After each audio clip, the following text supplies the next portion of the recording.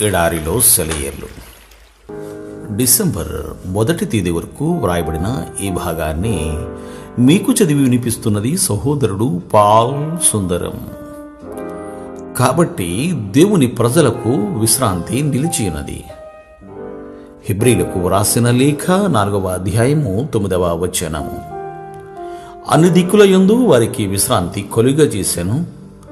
యెహోవా వారి శత్రువులనందరినీ వారి చేతికి అప్పగించి ఉండెను. యెహోషువ గ్రంథము 21వ అధ్యాయము 44వ వచనము.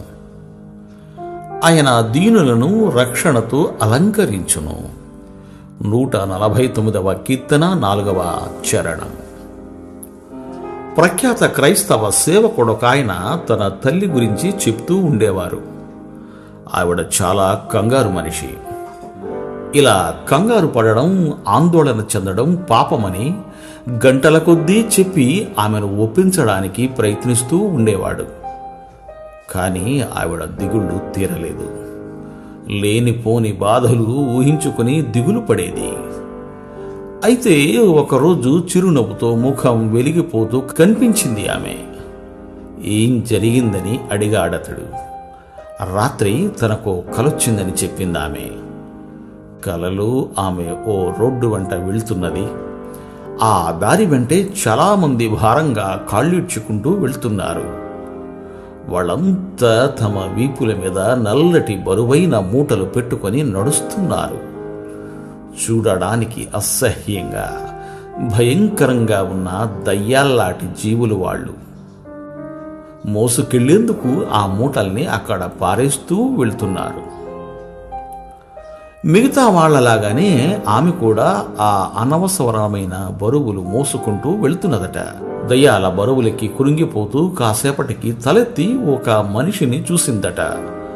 అతని ముఖం దయతో వెలిగిపోతున్నది. అతను అటూ ఇటూ తిరుగుతూ ఆ మనుషుల్ని ఏదో చెప్పి ఓదారుస్తున్నాడు.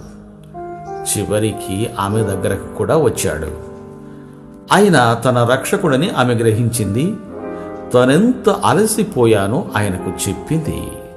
ఆయన విచారంగా నవ్వి ఇలా అన్నాడు, ప్రియ కుమారి, ఈ బరువులు నేనిచ్చనివి కావు. వీటి అవసరం నీకు లేదు. ఇవన్నీ దయ్యం ఇచ్చిన బరువులు. అవి నీ ప్రాణాలు తొడేస్తున్నాయి. వాటిని పడెయ్యి. వాటిని ముట్టుకోకు. అప్పుడు నీ దారి తేలికవుతుంది. రెక్కలు కట్టుకుని ఎగిరిపోయినంత తేలికగా ఉంటుంది అని. ఆమె చేతిని తాకాడాయన. వెంటనే ఆమెలో శాంతి సమాధానాలు చోటు చేసుకున్నాయి. ఆ బరువుల్ని నేలకు విసిరి కొట్టి సంతోషంతో, కృతజ్ఞతతో ఆయన పాదాల మీద పడబోతుండగా ఆమెకి మెలకువ వచ్చిందట. ఆవిడకున్న దిగుళ్ళన్నీ మొటుమాయమైనాయి. ఆ రోజు నుంచి ఆమె జీవితాంతం, ఆ కుటుంబం అంతటిలోనూ ఆమె అందరికంటే సంతోషంగా ఉండేది. రేయిలో సంగీతం నిండిపోతుంది.